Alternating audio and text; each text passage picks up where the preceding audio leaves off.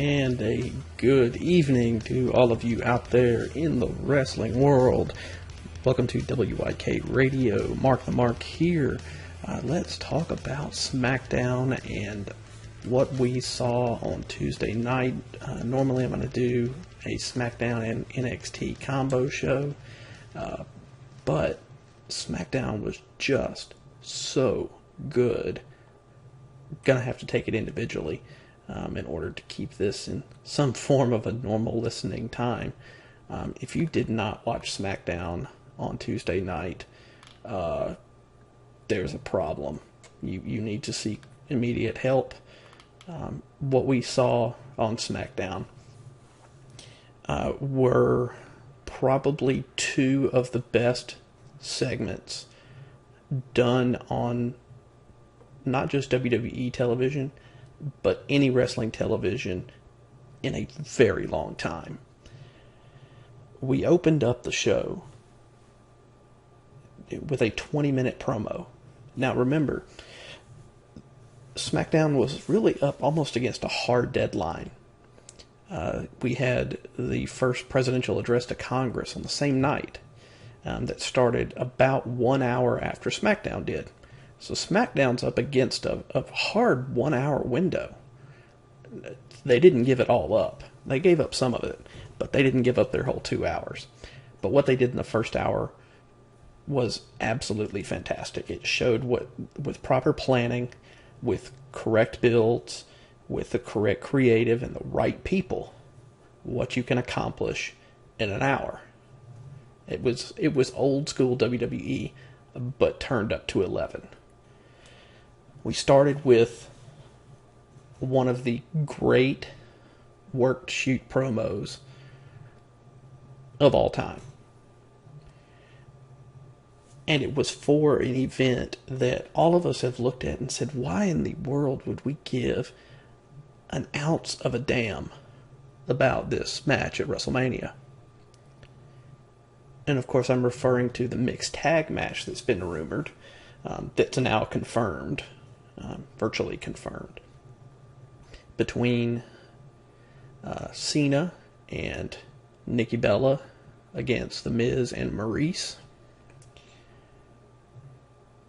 And they've been talking about that there was going to be a Miz TV starring John Cena on Tuesday night's episode.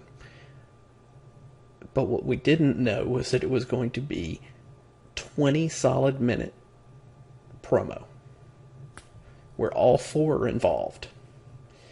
Now I'll say this right out front. Maurice is awesome. She was the short leg on this one. She didn't have much to say. She stumbled over it a little bit. It didn't add a whole lot, but it was the good way to bring Nikki out into it. So here's basically what we saw. The Miz cut a pipe bomb worthy promo on Cena. Now, let's be honest. A lot of the arguments that Miz was making is stuff that's been done before. There's not a whole lot new there. But what he did, and what Miz has been able to do, and was displayed fully, is that not only can he cut that amazing promo, but he can bring the audience into it. As bad, awful, terrible shit as Green Bay's audience was for Raw, St. Paul's audience for SmackDown was the opposite. They were engaged, they were in it, and it was awesome. They added so much. Miz is going at Cena, calling him a sellout. The crowd starts chanting, "You sold out" at Cena. They were in. Every word was reacted to. Miz talked about the 50-50 crowd split with Cena. His moniker is Super Cena, calling him barely decent Cena. It was absolutely brilliantly done. As I listened to Bruce Pritchard and Jim Ross on the Ross Report I guess a week and a half, 2 weeks ago now, one of the things they talked about was that you can only blame so much on creative. That in the end of things, it comes down to the performer. It comes down to the folks inside the ropes with the mic. If they don't have it, creative can't save them. Creative can produce something that's outstanding for them, but they'll die. This was definitely a combo between creative and free reign between all four of them. And you could tell by watching it. I will say, though, that Cena, when he came back at Miz, because Miz told him to cut Cena's mic, and he went off for between 8 and 10 minutes straight. No one else speaking, just him. And it was awesome. Then allows Cena's mic to be turned back on. And Cena unfucking loaded on Miz. The 3 lines of the night, as great as the Miz was, where he called the Miz a dude dressed up as a dude playing another dude. A dude named Mike who shortened his last name on the real world to try and bootleg The Rock's Electricity to get put on the WWE. And with the reference to what we've all been wanting, which was the final Undertaker match to be with Cena, as it's the one thing that really has never happened. Miz was claiming that Cena's a master manipulator. Cena's response was, if you think I'm a master manipulator, hell no. I'd rather be standing face to face with The Undertaker right now. Just brutal. Absolutely brutal. And then he finished up with, the next time we talk, don't bring a knife to a gunfight, because you're not The Undertaker. But if you press me again, you're a dead man. And if there's ever been a drop the mic moment, that was it. Thankfully he didn't, because Maurice came in, stood up for her husband, basically said he had a little dick. I think it was big ego, small package. And then slapped him in the face. Cena stomped around the ring for a minute, recovered, and said, "You just made the worst mistake of your life." To which Nikki Bella's music hits. She sprints to the ring. And I can't remember the exact term, but something to the effect of, "You put your hands on my man, I'ma break you, bitch." Oh. It was soap opera at its best. And then for the first time ever, we had Cena and Nikki, who actually behaved as a couple on screen in the ring. First time they've ever done it, and they were awesome together. They were awesome together. And this was week 1. Week 1 of this. WrestleMania is still 5 weeks away. We've got so many more opportunities for more of this. What I hope doesn't happen is that it starts to get scripted and they're having to follow the script, because they did drop a few lines that it's not going to make Vince very happy for PG. I mean, "I'm going to break you, bitch." That's not going to fly normally. But it's so good. And you could feel the naturalness in it. You could tell it was scripted to some respect, but that it was left up to the talent. And boy, oh boy, did they deliver. A 20-minute promo to start SmackDown Live with a hard out at an hour. Never would have expected it. Being on this side of it now, I can't imagine it being any other way. Unbelievable. Unbelievable. Go to break, we come back. And we really get a solid, first time in a long time, 2 out of 3 falls match. It wasn't anything over the top outstanding, Becky Lynch and Mickie James, but it was good. It was good. Doing 2 out of 3 falls, a nice change, but again, extending the match length in a short window. But done right. Done absolutely right.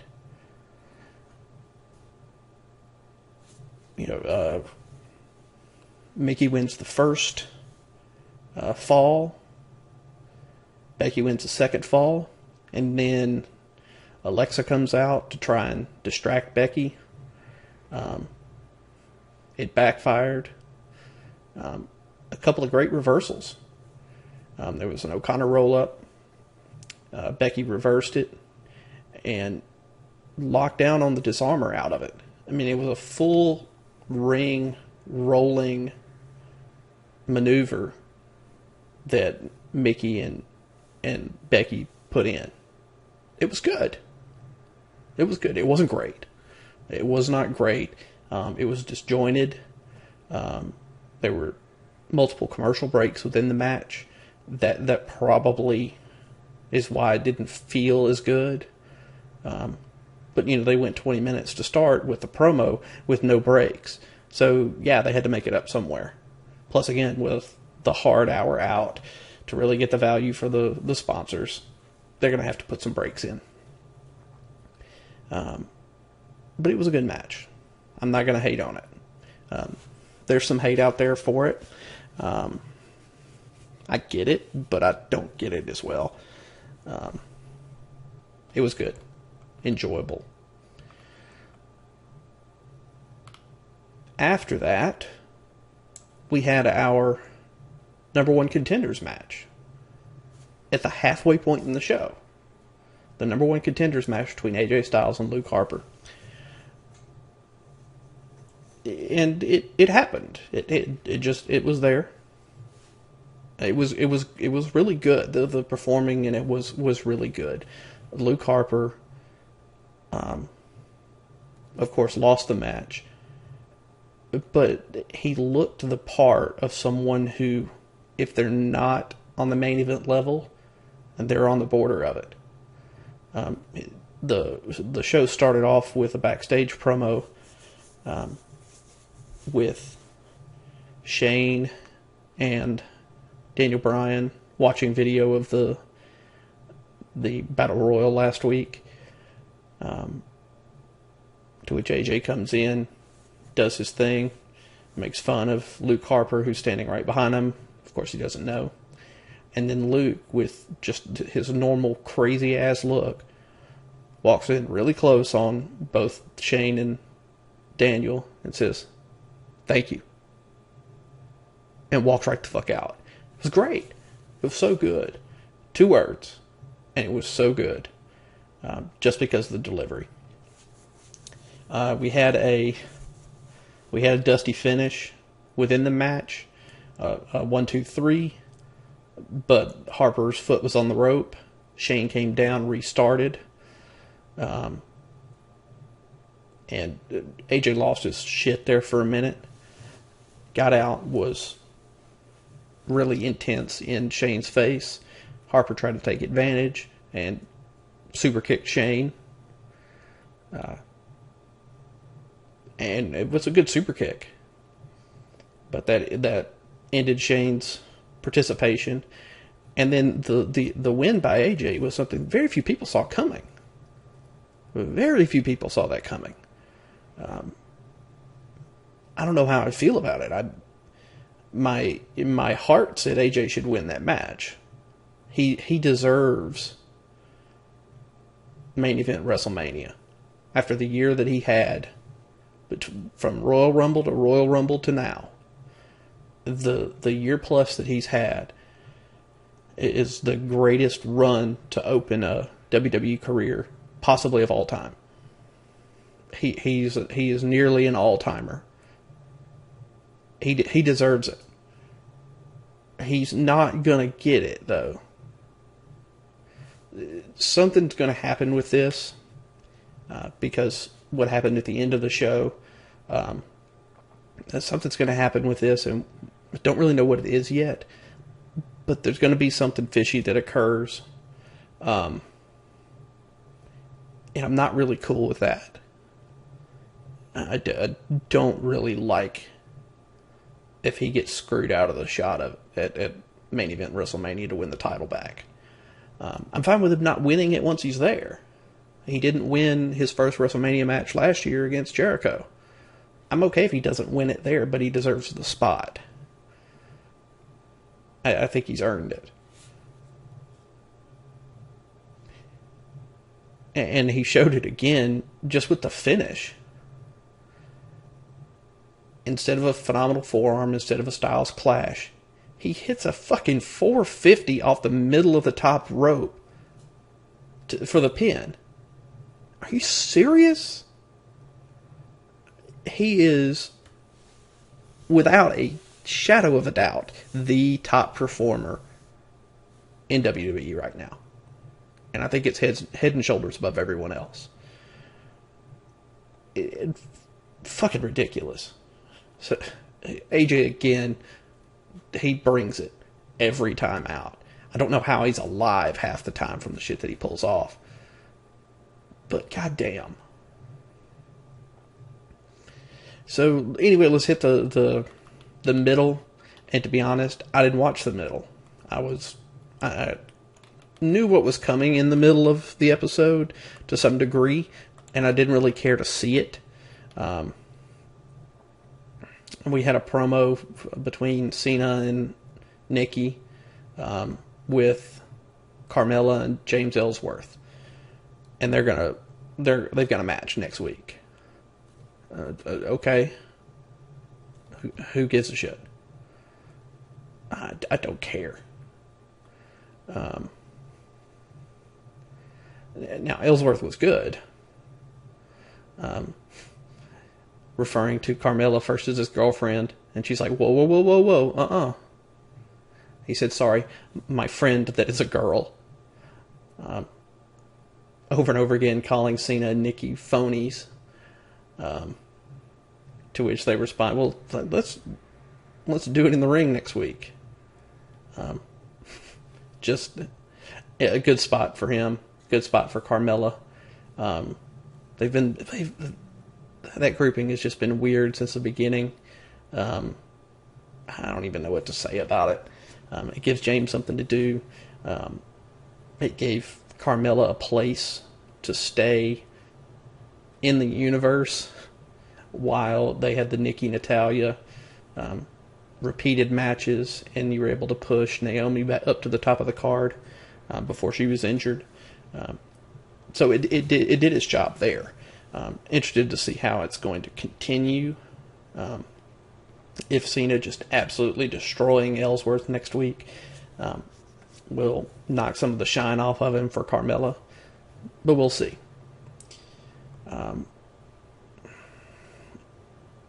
We also had the Dolph Ziggler Apollo Crews chairs match. It was not good. Just not good. Number one, it was not even what Baron Corbin and Kalisto was. And number two, no one cares. No one cares about this, quote, rivalry, this matchup.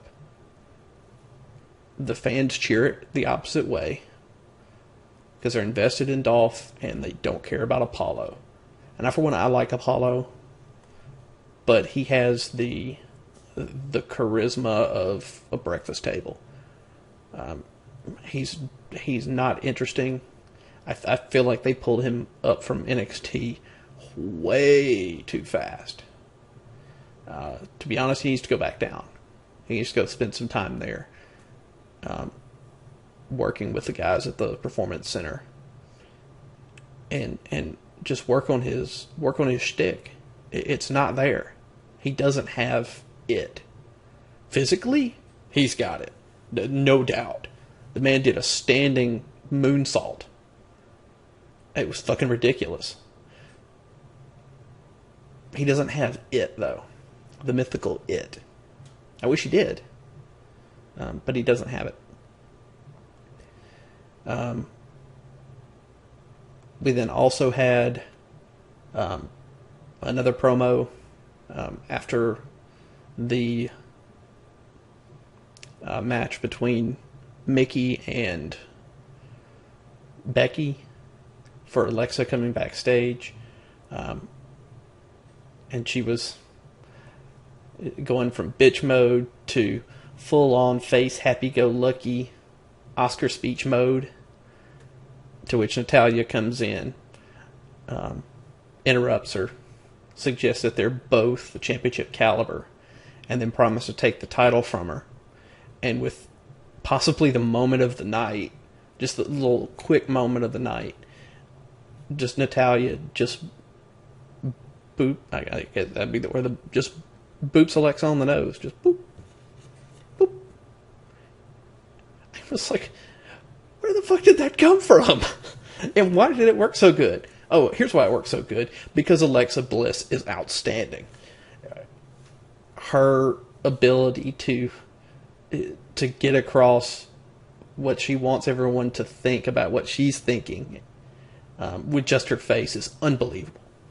She's so incredibly talented when it comes to her psychology and philosophy of wrestling. And she's great in the ring as well, too. But she's so good at that. It just worked. It was fun. I'm hoping that it doesn't lead to a face turn for Alexa. She's so good as a heel. That she really she needs to stay there. There's something natural about it. I don't know if she's,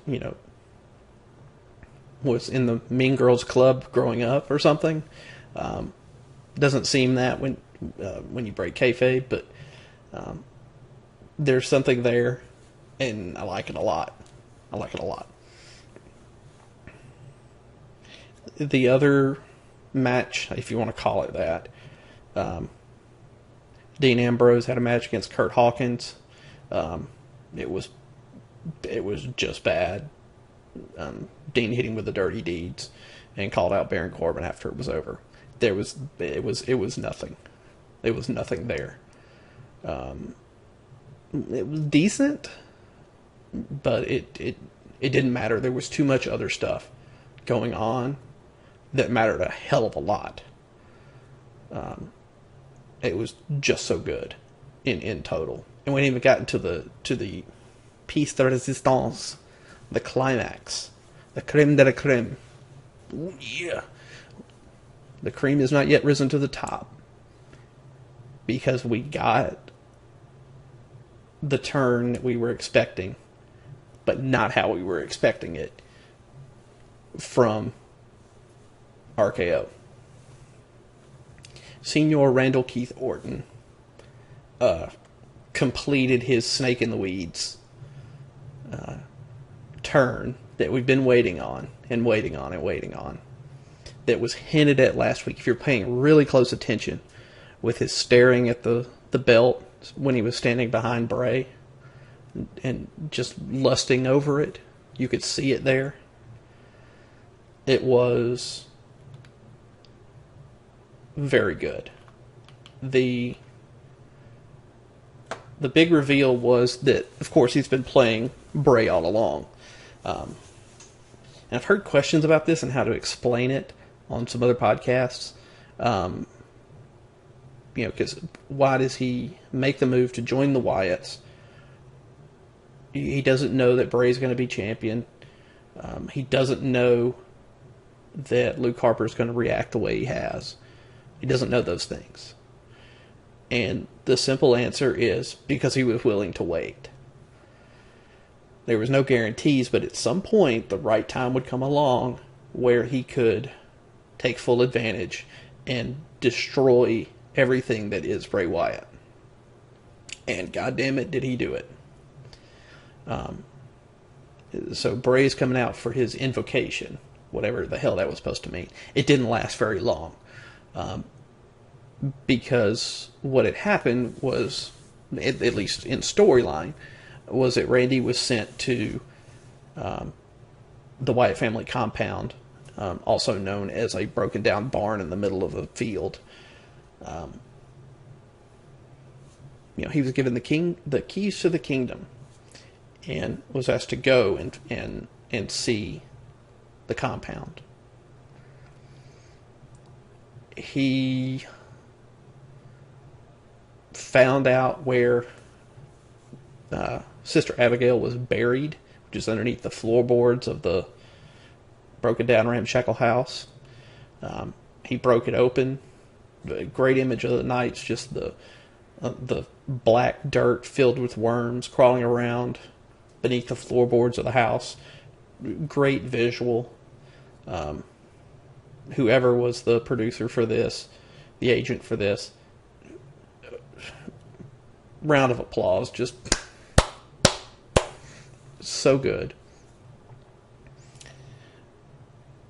And he schooled and fooled on Bray Wyatt, stopping the chair that's always rocking.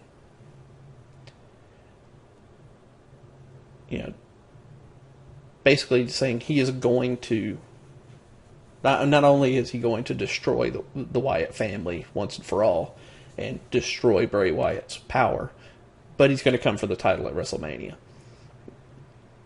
Because again, what he said last week was, as long as you are the master and I am the student, I will not challenge you. But he stared directly into the camera, repeated that, and said, but after tonight, I am the master and you are the student, and I'm coming for the Holy Grail, in reference to the title. Well done. The way it was shot was great. Just so good. Now, what happens? He douses the entire place in gasoline and burns the son of a bitch to the ground. All while, once the flames kick up high enough, the camera shot is him with his back to the camera facing the fire in full Randy pose. So good. So fucking good. On Talking Smack, the big takeaway from that was that AJ came out and confronted both Shane and Daniel Bryan, who were both sitting on set, and talks about that he's jumped all the barriers. He's jumped through all the hoops. He's grabbed all the rings. He deserves his title shot. And the response that's given is, we've got a lot of work to do. We've got a lot of thinking to do. I honestly think that they're doing more listening to the fans, reading tweets, reading Facebook messages, really listening to what the fans are telling them on SmackDown and trying to get a read on it. At least much more so than they're doing with Raw. And I really think they're running the two shows different ways. In part because they can attract two different audiences. Now, those of us who are just fans are going to watch both no matter what, and they know that. But if you can attract different types of casual fans to either version of the show, then it's a win. You may get them to become bigger fans, and they leech over into both shows, and that's beneficial to all. But SmackDown is a whole lot more about storyline, the soap opera, the character development, than Raw is. I mean, obviously, Raw gives you the same match over and over again. It's the show for just seeing the top guy against the top guy again and again. It doesn't really matter how many times you see it. They just want to see top guy and top guy. I think SmackDown is the show that's designed for those of us who are more invested in the product, who pay attention to the little details. I think it's the show for that. And it's smart to do it on SmackDown, because you have less time. There's less time on SmackDown, so every detail becomes more important. versus on Raw, where you can just throw shit at the wall because you got 3 hours to fill. But with SmackDown, you only have 2. And that hour makes a big difference. And you can tell. You can definitely tell. They've done amazing things on Tuesday nights. They will try a storyline. They'll confuse the shit out of you. But within a few weeks, you'll understand it. You'll get it. Or in the case of the Wyatt family meltdown with RKO, months later, you'll get it. There's a long-term plan that you can see in a lot of the storylines. Some of them are, they're short-term, and that's fine. But when they invest in a storyline, goddamn do they invest in a storyline.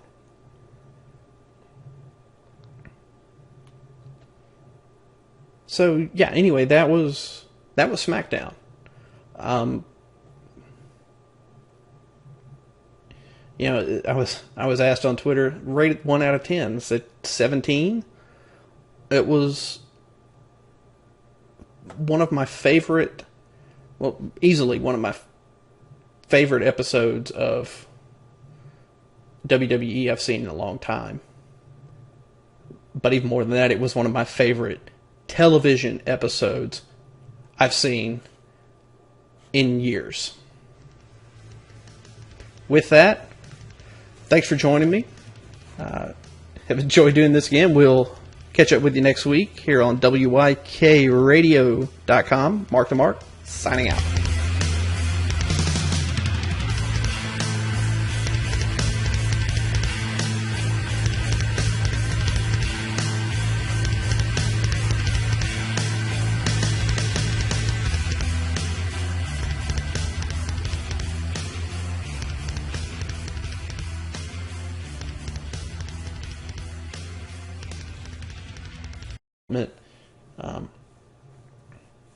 Than Raw is.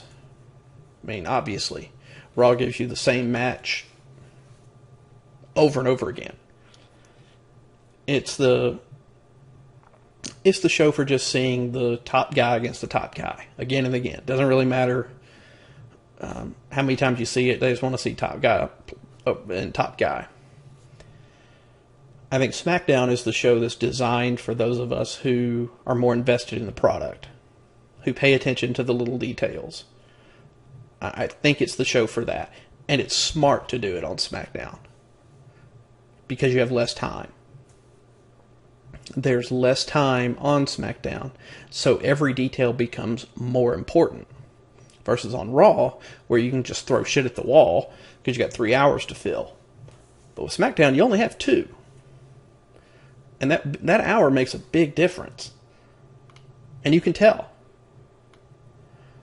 You can definitely tell. They've done amazing things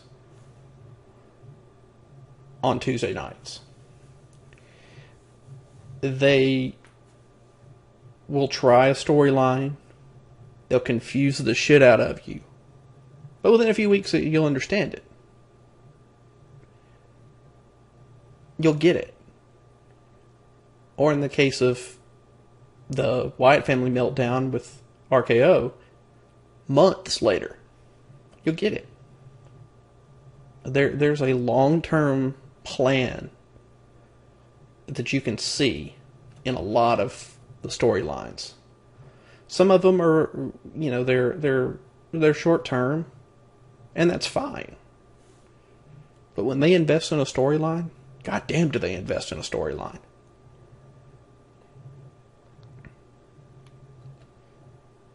So yeah, anyway, that was SmackDown.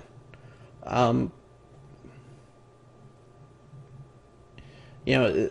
was asked on Twitter, rate it 1 out of 10. I said 17.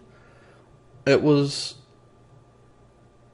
one of my favorite well, easily one of my favorite episodes of WWE I've seen in a long time.